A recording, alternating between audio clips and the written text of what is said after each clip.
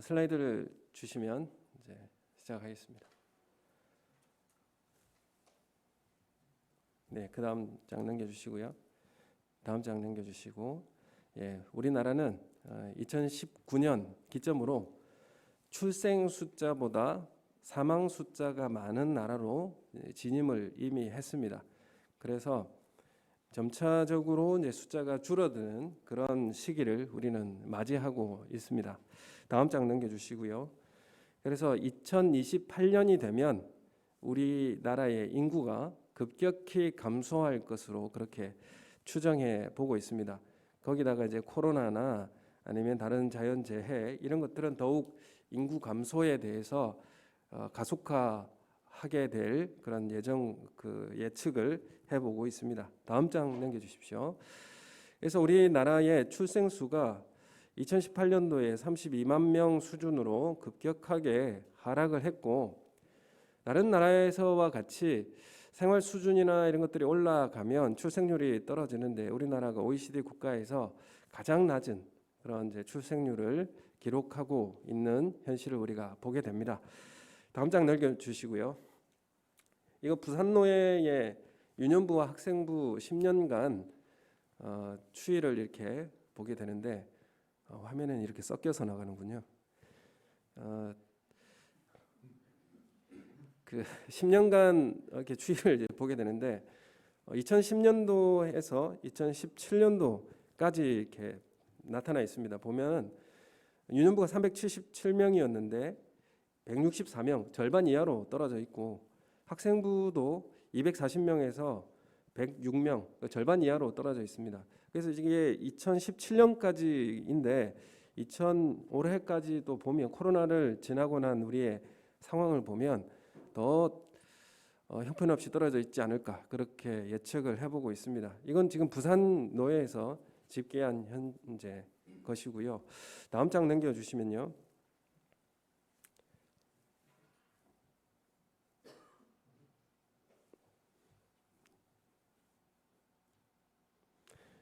부산일보에서 이제 기사가 나온 내용인데 전국 8개 특별 광역시 중에서 부산에서 문 닫는 학교가 22곳으로 최다를 기록했다라고 이제 신문 기사가 나와 있는데, 이 이제 내용을 만드신 분이 이제 부산에 계신 분이라 이 부산의 내용을 가지고 요약 정리를 했습니다. 마찬가지로 부산이 가장 지금 다음 세대 자녀들이 줄어들고 있는 상황이고 또 학교도 문 닫고 있는 그런 상태인 것을 알게 됩니다. 우리 지역의 초등학교를 보더라도 반 수가 줄어들고 있고 또 반 학생 수가 우신초등학교는 좀 특별한 상황이지만 15명 정도 되고 두 반이 있다고 제가 알고 있습니다. 그만큼 실제적으로 많은 수가 줄어들고 있는 상태라는 사실을 우리가 잘 알게 됩니다. 다음 페이지 넘겨주시고요. 우리가 그래서 이 시대를 바라볼 수 있는 시각이 필요합니다. 지금 이 시대에 전쟁이 일어나고 있고, 그래서 기근이 일어나는 상황에서 자국 이익 중심의 모습으로 결집되어지고 있습니다. 결국 이 개인주의와 또 자신의 이익을 중요하게 여기는 그런 모습으로 계속 변화되고 있는 시대를 우리가 보게 됩니다. 이런 상황 가운데서 우리가 우리 교회와 신앙생활을 교회를 바라볼 때도 개인주의와 자신의 이익을 더 중요하게 여기는 그런 시대적 모습이 우리 가운데도 들어와 있다라는 사실을 우리가 보게 됩니다. 그것은 말씀보다는 내 형편과 상황이 더 중요해지고 고난의 십자가의 길보다는 내 편리와 평안함이 더 중요해지는 그런 시대를 살아가게 됩니다. 그래서 결국에는 유년부 그리고 학생들, 청년들이 이 교회를 다닐 이유를 그리고 필요성을 갖지 못하는 그런 시대를 우리는 살아가고 있다는 걸 우리가 알게 됩니다. 교사들에게 있어서도 사실 교사라고 하는 이 현장은 사실 우리 성도님들이 직접 아이들을 대해보고 또 이 상황을 경험해보지 않으면 잘 알지 못하는 그런 장소입니다. 그런 이제 사역지라고 이렇게 말씀드릴 수 있습니다. 우리가 다녔던 우리 성도님들이 다녔던 그 교회 주일학교와 지금 주일학교 상황은 너무나 다른 현실이라는 사실을 우리는 알게 됩니다. 그래서 여기서 먼저 말씀드리는 것은 우리 선생님들이 정말 부족하고 또 다음 세대가 걱정이 되고 다음 세대가 부족하다, 절실히 우리가 필요로 하는데 그래서 우리 집사님들이나 권사님들이 직접 교사로서 좀 참여해 주시면 좋겠다, 이렇게 말씀을 드립니다. 그래서 오늘 말씀을 통해서 하나님의 은혜가 임하게 된다면 그 말씀에 순종하셔서 참여하시는 은혜가 있기를 소원합니다. 네. 그래서 오늘 이 시대에 우리가 탐욕과 세상의 정세가, 시대의 사조가 탐욕과 또한 자신의 이익을 위하여서 전쟁도 불사하는 그런 시대를 우리는 지금 살아가고 있습니다. 우리 교회의 우리 신앙인 그리스도인들도 마찬가지입니다. 내 이익과 나의 편리, 나의 쾌락을 위해서 선택하고 있는, 그래서 우리의 말씀 중심의 말씀 순종의 그 삶은 이미 사라져버리는, 요원해지는 그런 삶을 우리는 살아가게 됩니다. 다음 페이지 넘겨주시고요. 우리의 비전, 이사야 60장 22절 말씀 우리 함께 읽어보겠습니다. 시작. 그 작은 자가 1000명을 이루겠고, 같이 읽겠습니다. 시작. 그 작은 자가, 안 보입니까? 여기는 안 보이는구나. 저는 보이는데 이제 뜨네요. 같이 읽겠습니다. 시작. 그 작은 자가 1000명을 이루겠고 그 약한 자가 강국을 이룰 것이라. 때가 되면 나 여호와가 속히 이루리라. 아멘. 여기 보시면 1000명을 이루고 강국을 이루게 될 것이다, 이렇게 말씀하고 있습니다. 이 부흥이라고 하는 것을 누가 이룰 것인가? 누가 이루냐면 작은 자가 이룬다, 이렇게 말씀하고 있고, 강국을 누가 이룰 것인가? 약한 자가 이룰 것이다, 이렇게 말씀하고 있습니다. 그래서 이 부흥을 누가 우리에게 허락하고 이 천을 이루고 강국을 이루는 사람은 누구일까에 대해서 말씀하고 있는데, 이 부흥은 예수 그리스도를 의지하는 그 작은 자, 그리고 연약한 자를 통하여서 하나님은 그 부흥을 이루시겠다라고 분명하게 말씀하고 있습니다. 이 작은 자라고 할 때에 마태복음식으로 말씀드리면 소자라, 이렇게 이야기할 수 있고, 또 이 작은 자는 마태복음에는 제자라고 그렇게 소개하고 있습니다. 그리고 약한 자라고 할 때 이 약한 자는 누굽니까? 내 힘으로 사역하지 않고 하나님의 말씀에 의지하여서 살아가는 삶을 그렇게 말하고 있는 것을 우리가 알게 됩니다. 네, 저에게 집중해 주시면 좋겠습니다. 그래서 그 약한 자라는 것은 뭐냐면 내가 연약한 자라는 것을 의식하고 내 힘으로 하지 않고 예수 그리스도를 의지하는 사람, 그게 이제 팔복에서 마태복음에 보면 심령이 가난한 자, 이렇게 소개되고 있지 않습니까? 그래서 하나님의 부흥은 누구를 통해서 이루어지는가?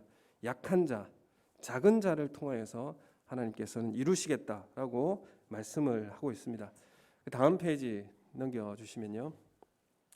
이 조국 교회 1990년대에서 2020년대까지 이 책이 한 권 있습니다. 일그러진 성령의 얼굴이라고, 고신대 박영돈 교수님이라는 분이 쓴 책인데, 여기에 보면 성령에 시들게 하시는 바람이 불어온 시대라, 이렇게 소개하고 있습니다. 그래서 이 시대는 90년대부터 2022년까지 지금까지 성령에 시들게 하는 바람이 불어온 시대다, 이렇게 소개를 합니다. 그래서 말씀과 하나님을 두려워하지 않는 시대이고, 말씀보다 자신을 위에 두고 하나님을 수단화하는 그런 모습 때문에 성령이 시들게 하는 그런 바람이 불어오는 시대라, 이렇게 말씀드릴 수가 있습니다. 예측을 했고요. 그리고 지금 이 시대가 성령의 생명의 바람이 불어오는 그런 시대는 요원해지는 그런 시대를 우리는 맞이하고 있습니다. 예배당에 들어오면 눈물이 흐르고 하나님 은혜에 감격하고 하나님 앞에 기도하고 싶고 또 주님 앞에 찬양하고 싶은 그 마음이 시들어버린 그 시대를 우리는 살아가고 있는 것을 보게 됩니다. 왜 이런 현상이 일어나게 될까? 우리는 한번 상황을 바라보는 그런 마음이 있었으면 좋겠습니다. 이 엘리의 두 아들이 있습니다. 홈니와 비느하스가 있는데, 그 홈리와 비느하스는 예배를 멸시하고 하나님의 말씀을 짓밟았습니다. 그래서 그 이스라엘이 황폐하게 되었고 그 나라는 고난을 겪게 되어서 위협을 당하게 된 나라가 망하게 되는 그런 위협을 겪게 되었습니다. 그 이유가 뭐겠습니까? 예배를 멸시하고 하나님의 말씀을 짓밟았기 때문에 그렇습니다. 그래서 우리의 삶은 말씀으로 다시 돌아가야 되고 또 하나님의 말씀에 전적인 순종이 우리 이 시대에 필요하다는 사실을 우리에게 말씀하고 있습니다. 우리 교회가 어떤 교회겠습니까? 진리의 교회다.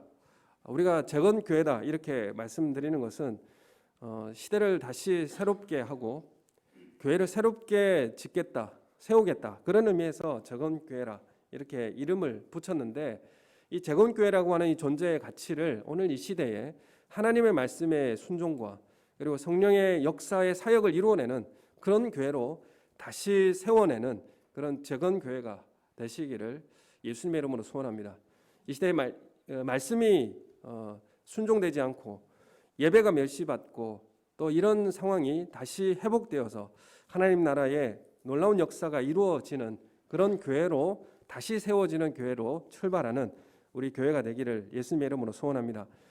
우리가 말씀으로 돌아가는 운동 이거 어떻게 시작해야 될까? 첫 번째는 창세기 1장에 나오는 말씀에 순종하며 살아갈 때에 생육하고 번성하고 그리고 충만해지는 것을 우리가 확인하게 됩니다. 이것은 문화적 명령이라 이렇게 말씀드릴 수가 있는데 우리가 하나님의 백성으로서 우리가 생육하고 번성하고 그리고 충만한 그런 교회적 역사를 이루는 그 일을 우리가 해야 합니다.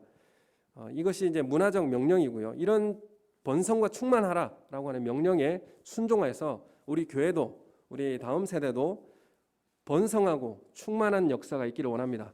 우리 자녀들이 태어나고 또 자녀들이 다음 자녀들을 전도해내고 또 생명이 살아나는 그런 역사가 우리 교회 가운데 일어나기를 예수님의 이름으로 소원합니다. 두 번째는 그 다음 장에 넘겨주시면 주님이 우리에게 명령하신 지상 최대의 명령 유언과도 같은 명령이 있습니다. 이 말씀을 함께 읽어보겠습니다. 시작. 그러므로 너희는 가서 모든 족속으로 제자를 삼아 아버지와 아들과 성령의 이름으로 세례를 주고 내게 너희에게 분부한 모든 것을 가르쳐 지키게 하라. 볼지어다 내가 세상 끝날까지 너희와 항상 함께 있으리라 하시니라. 아멘. 여기서 중요한 단어를 몇 가지 뽑아보자면 너희는 제자 삼으라 이죠. 제자 삼으라 이거고 두 번째는 세례 주라 이렇게 두 번째로 말씀드릴 수 있고 세 번째는 가르쳐 지키게 하라. 이것이 세 가지 명령이라 이렇게 말씀드릴 수 있습니다. 마태복음에 나와 있는 이 제자를 삼으라 무리를 삼아라가 아니고 제자가 되라 이런 의미가 담겨 있습니다. 제자를 삼으라 이렇게 말씀하고 있고 두 번째는 세례를 주라 이렇게 말씀하고 있습니다. 이 세례의 중요성에 대해서 뒤에 또 말씀드리겠습니다. 그리고 내가 분부한 모든 것 그게 뭐겠습니까? 말씀이죠. 이 말씀을 가르치고 지키게 하라 이렇게 지금 명령하고 있습니다. 이것은 주님의 유언과도 같은 지상 명령이다 이렇게 말씀드릴 수가 있습니다. 이것을 가능케 하는 것은 예수님께서 우리와 항상 함께 있기 때문에 가능한 일이다라고 주님 우리에게 약속해 주고 있습니다. 다음 장 넘겨주시겠습니다. 지난 3년간의 교회의 현상을 우리가 보겠습니다. 인구도 줄어들고 있고 다음 세대도 줄어들고 있는 상황에서 이제 코로나의 이런 바람까지 우리는 이제 맞게 되었습니다. 여도 순복음교회의 이제 본당인데 크리스마스 성탄절 비대면 예배 현장을 우리가 보게 됩니다. 그래서 이런 기후와 재난의 상황 가운데 더 힘들고 어려운 시기를 우리는 맞이하고 있습니다. 다음 세대에서 그냥 부족하고 줄어드는 것에 대해서 그냥 걱정만 하고 한탄만 하고 비판만 하고 끝날 문제가 아니라는 것을 우리는 우리 상황을 보고 절실히 우리는 깨닫게 됩니다. 그래서 이 만몬과 이 탐욕으로 자신의 상황을 하나님과 그 말씀보다 더 그 위에 두는 이런 삶이 되어져 가고 있는 이 시대를 돌이키는 사명, 그것이 우리 교회가 가지고 있는 사명이다 이렇게 말씀드릴 수가 있습니다. 다음 장을 넘겨주시면요, 익투스라고 하는 단어가 있습니다. 이것은 헬라어로 이렇게 그 앞자리만 따서 만든 단어가 익투스인데 이게 물고기라는 뜻의 단어가 된 거죠. 그래서 이 의미가 뭐냐면 풀어서 이야기하면 예수는 그리스도이시고 하나님의 아들이시고 나의 구세주이십니다. 이 고백을 이제 앞자리만 따가지고 이렇게 단어를 그러니까 글자를 만들어 보니까 물고기라는 그런 단어 뜻이 된 거예요. 그래서 이 초대교회 성도들이 핍박받고 예배를 드릴 수 없고 순교할 수밖에 없는 그런 상황 가운데서 카타콤 지하 동굴에 그 공동묘지 지하에 땅을 파고 들어가서 200년 동안 살았습니다. 200년 동안 살았다고 한다면 나고 자란 아이들이 있을 텐데 그 아이들은 햇빛을 못 보고 죽을 때까지 지하에서 살았던 것이죠. 그렇게 살아도 그들은 행복하고 그리고 기뻐했다 이렇게 기록이 남겨져 있습니다. 그들이 예수 그리스도를 믿는다라고 하는 그런 비밀을 이렇게 물고기로 새겨서 표시를 했습니다. 그래서 내가 예수 믿는 사람이라는 표시를 이렇게 물고기 표시를 하고 출입을 하고 들어갈 수 있게 하고 그런 이제 일을 하였는데 오늘 이 시대에 우리가 우리 마음속에 예수는 그리스도이시고 하나님의 아들이시고 나의 구세주라는 믿음을 우리 마음속에 새기시고 오늘 이 시대에 살아가시는 그래서 어떤 면으로는 세상 사람들이 접근하지 않는 그런 공동묘지에 지하에 땅굴을 파고 살아가는 그런 삶이지만 그 안에서 하나님 앞에 예배드렸고 정말 그 안에서 하나님 앞에 감사했고 기도했던 그들의 믿음이 오늘 이 시대에도 전수되길 원하고 그래서 오직 말씀으로 세상의 물결을 거슬러 올라갈 수 있는 그런 살아있는 물고기가 되어서 그런 신앙이 되어서 이 시대를 헤쳐나가는 우리 성도님들이 되시기를 예수님의 이름으로 소원합니다. 세상의 파고는 우리를 휩쓸어서 하나님 앞에 나아가지 못하도록 그렇게 만들지만 우리는 이 살아있는 이 물고기 그 신앙의 모습을 가지고 헤쳐나가 세상의 물결을 거슬러 올라가는 그런 삶을 살아내시는 우리 성도님들이 되시기를 소원합니다. 다음 장 보시겠습니다.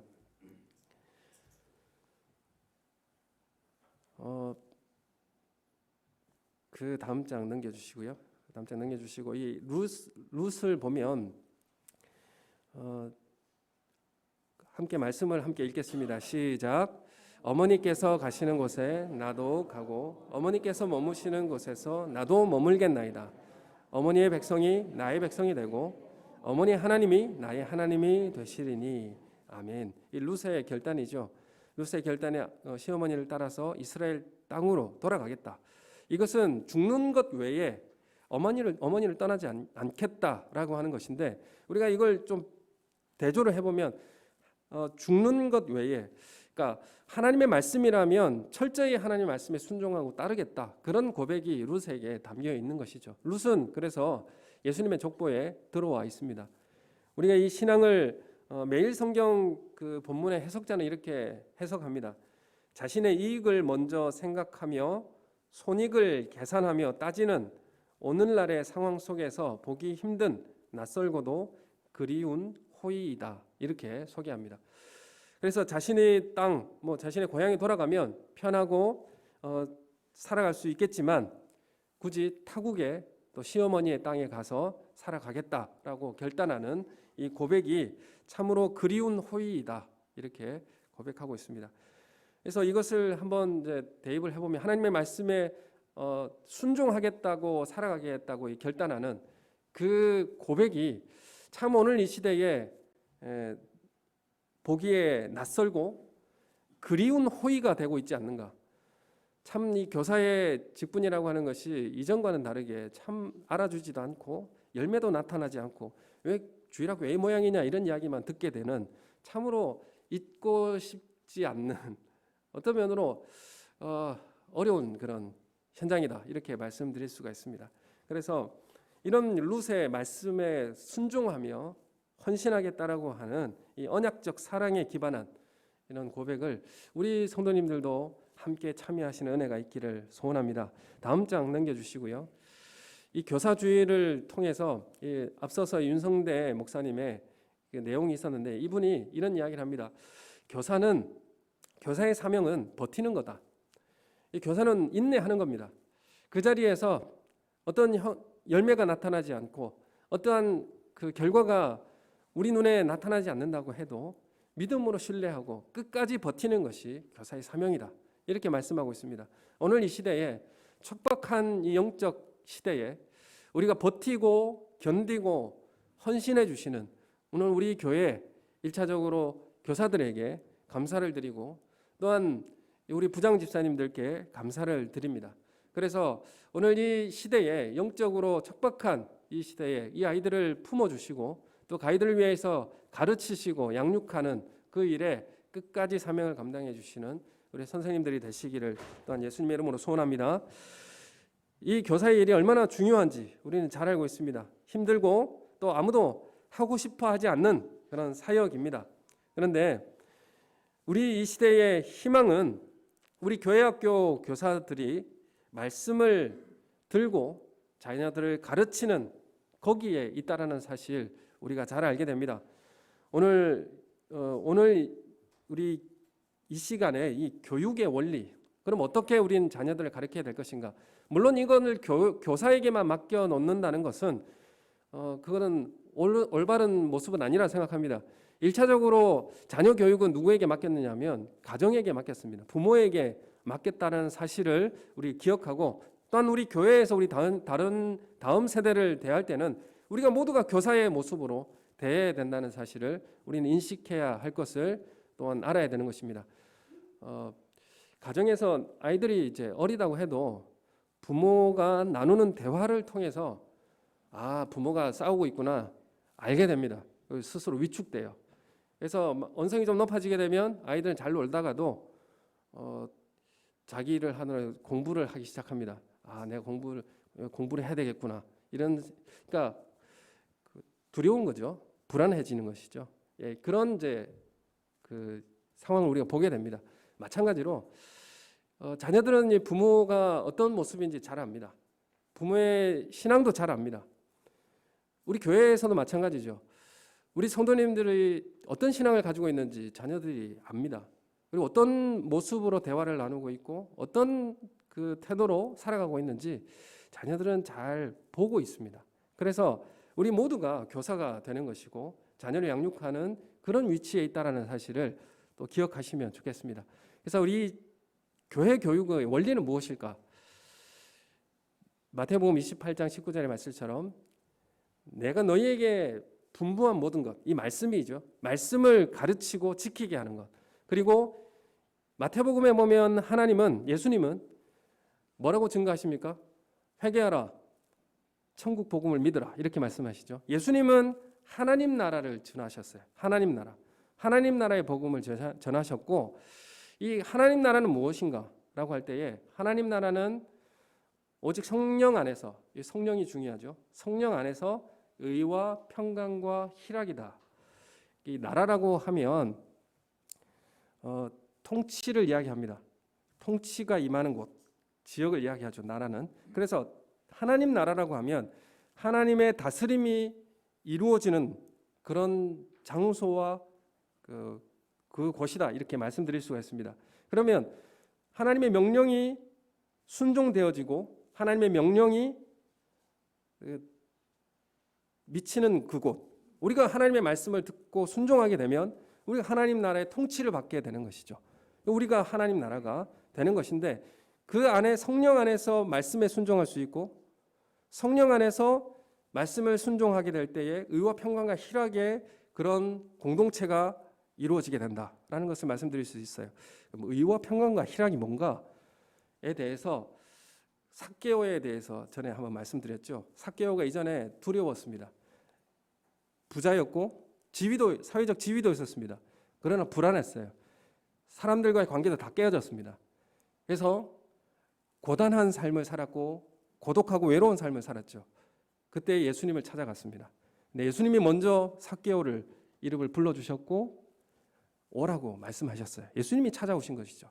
삭개오는 예수님을 자신의 집에 영접했습니다. 그리고 주의 말씀에 듣고 변화가 일어났습니다. 무슨 변화가 일어났습니까? 내가 가진 걸 다 나누어 주겠습니다. 그리고 내가 토색한 게 있으면 4배나 갚겠습니다. 라고 할 때에 이 말씀에 순종이 있었고 그리고 이 삭개오는 그 마음속에 두려움이 떠나갔습니다. 하나님과의 관계도 회복되어졌고 이웃과의 관계도 회복되어졌고 화평과 평강이 그 가운데, 두려움이 떠나니까 그 가운데 평강이 임했고 그 가운데 희락이 넘쳤습니다. 기쁨이 넘치게 된 것이죠. 하나님의 말씀에 순종할 때에 그 삭개오에게 찾아오는 그 구원의 기쁨, 그리고 그 평안함, 두려움이 떠나가고 불안이 떠나가고 관계가 다 회복되어지는, 이웃과의 관계도 회복되고 하나님과의 관계도 회복되어지는 그 평강이 임하게 된 것입니다. 이것이 하나님의 나라입니다. 예수님은 오셔서 회개하고 하나님 나라를 믿으라 이렇게 말씀하셨습니다. 근데 바울은 하나님 나라를 전하는 게 아니라 누구를 전합니까? 예수 그리스도를 믿으라 이렇게 말하죠. 다른 걸 이야기하는 것이 아니라 예수 그리스도를 통해서 하나님 나라를 가는 것이죠. 다음 장을 넘겨주시면 좋겠습니다. 어떻게 가르칠 것인가? 여기 보면 가르쳐 지키게 하라, 지키도록 가르치라 이렇게 말씀하고 있습니다. 지키도록 가르치라.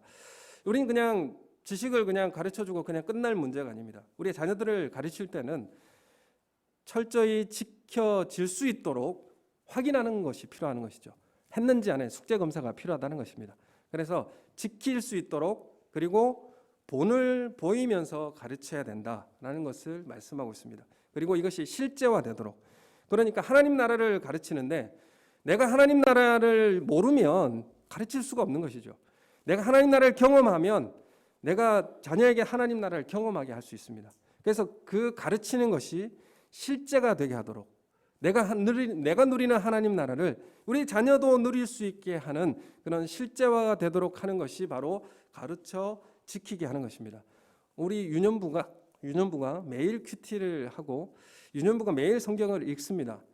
그리고 그것을 저희 카톡에 올리고, 그리고 기도 제목도 올립니다. 저희 자녀 둘이 유년부에 있기 때문에 제가 잘 알죠. 그러면 선생님은 그걸 다 취합해서 달란트로 다 책정하고 한 달에 한 번씩 달란트 시장을 해서 나누어 주고 체크를 합니다. 그러니까 이것이 매일매일 체크를 하고, 그다음에 아이들이 잘하고 있는지를 확인하고 또 실제화될 수 있도록 습관화가 되게 하도록 그렇게 가르치는 것이죠. 그래서 이 밑에 보면 운동선수들이 나와 있는데 이것은 훈련이라 이렇게 말씀드릴 수 있는 것이죠. 훈련. 어렸을 때 자전거를 제가 초등학교 한 3학년 때 배운 것 같은데 지금도 잘 탑니다. 어렸을 때 잘 훈련되고 잘 습득이 되면 자라서도 그걸 잃어버리지 않는 것이죠.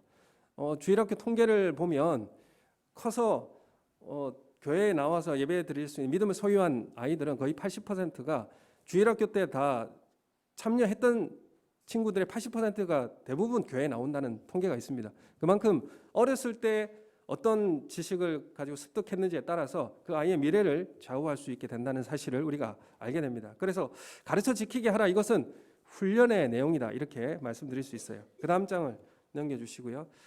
그래서 우리 함께 읽겠습니다. 시작. 나의 계명을 지키는 자라야 나를 사랑하는 자니 나를 사랑하는 자는 내 아버지께 사랑을 받을 것이요 나도 그를 사랑하여 그에게 나를 나타내리라. 아멘. 계명을 지키는 자, 말씀을 지키는 자, 그 사람이 나를 사랑하는 사람이고 그 사랑하는 사람은 아버지께 사랑을 받을 것이고 그리고 하나님을 보게 될 것이다. 이렇게 말씀하고 있어요. 그러니까 말씀을 지키는 자가 하나님을 사랑하는 자고 그 사랑을 고백하는 자를 통하여서 그 사랑받는 것을 하나님께 허락하시고 그 사랑의 관계 가운데서 주님을 보게 될 것이다. 이렇게 말씀하고 있는 것이죠. 이 가르치는 것이 너무나 소중한 것을 우리에게 알게 됩니다. 그 다음 장 넘기겠습니다. 교육에서 앞서서 이제 말씀드렸던 제자 삼으라, 그 다음에 가르쳐 지키게 하라, 그 다음에 중요한 것이 뭐냐면 세례를 주고 이렇게 말씀하고 있는데 세례의 중요성이 있습니다. 왜 세례의 중요성을 말하고 있느냐 하면 우리 함께 요한일서 말씀 읽겠습니다. 시작. 너희는 주께 받은 바 기름 부음이 너희 안에 거하나니 아무도 너희를 가르칠 필요가 없고 오직 그의 기름 부음이 모든 것을 가르치며 또 참되고 거짓이 없으니 너희를 가르치신 그대로 주 안에 거하라. 이어서 읽겠습니다.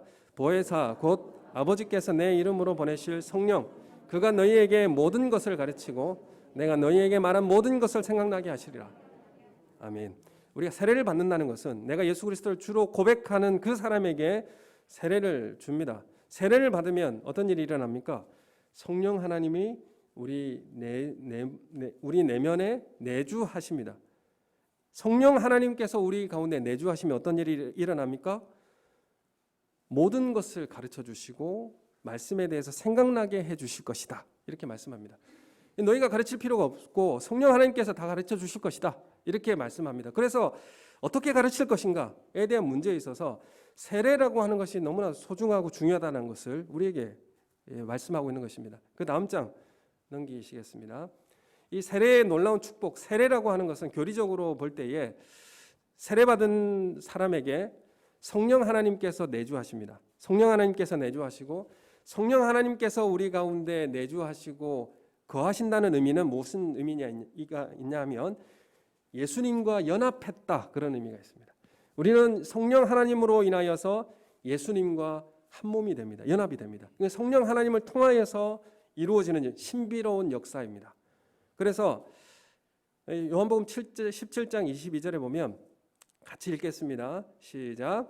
창세전에 아들에게 주신 하나님의 영광을 신부된 교회인 우리들에게 그 놀라운 영광을 분여하심. 17장 실제적 말씀을 읽고 싶지만 그 내용이 뭐냐면 창세전에 예수님에게 주신 이 하나님의 영광을 우리가 예수님과 연합되었기 때문에 그 영광을 우리에게 나누어 주신다는 거죠. 그 영광을 우리에게 분여해서 알게 해주시고 경험하게 해주신다, 이렇게 말씀하고 있습니다. 여러분, 이 엄청난 사실을, 이 하나님의 영광을 우리가 어떻게 가르칠 수 있습니까? 우리가 하나님 나라를 어떻게 우리가 가르칠 수 있고 하나님은 어떻게 우리가 지식적으로 가르칠 수가 있습니까? 우리는 이 엄청난 사실을 가르칠 수가 없습니다. 언어적으로도 담을 수가 없고 우리 생각으로도 담을 수가 없어요. 이 하나님의 영광을. 그런데 이 하나님의 놀라운 가치를 성령 하나님께서 알게 해주시고 하나님 나라를 누리게 해주신다. 누구를 통해서? 성령 하나님을 통해서. 이 놀라운 신비를 우리는 소유하고 있게 되는 것이죠. 이 교사는 어떻게 가르쳐야 되는가? 그래서 우리는 어떻게 하나님을 알아가게 되는가? 성령 하나님으로 인하여서 알게 되어지고 성령 하나님으로 인하여 이 영광을 우리로 체험하게 되고 하나님 나라를 경험하게 되는 것입니다. 다음 장 넘겨주시면, 그래서 우리 기독교 교육의 방법은 뭐냐면 교사로서 해야 될 일, 그것은 바로 기도라는 것을 말씀드리는 것이죠. 성령 하나님의 가르치심을 따라 기도하는 것입니다. 여러분, 우리 교회가 가야 할 길도 기도하는 길로 가야 하고, 우리가 기도는 어떤 의미가 있습니까? 누가복음에서 나타나는 예수님의 모습은 기도하는 모습입니다. 예수님의 기도하는 모습이 누가복음에는 자세히 나타나 있습니다. 사도행전에 가보면 예수님의 본을 받아서 성도들이 다 기도하고 있습니다. 그래서 누가복음 사도행전 처음에 뭐가 나옵니까? 성도들이 기도할 때에 성령 하나님이 임하시는 사건이 있죠. 그래서 기도하는 삶을 통하여서 성령 하나님이 역사하시고 임재하신다는 사실을 그렇게 역사적으로 우리에게 알려주고 있는 것입니다. 그래서 우리가 교사로서 해야 할 일, 그것은 기도라는 사실을 우리에게 말씀하고 있습니다. 그래서 초대교회 다락방의 기도, 그리고 사도행전에 보면 기도행전이라는 사실을 우리가 알게 되고요.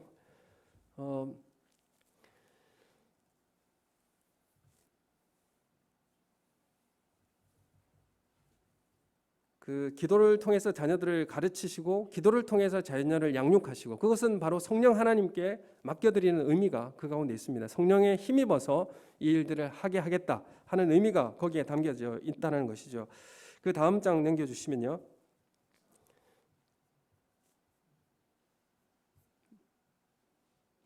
마지막이군요. 예.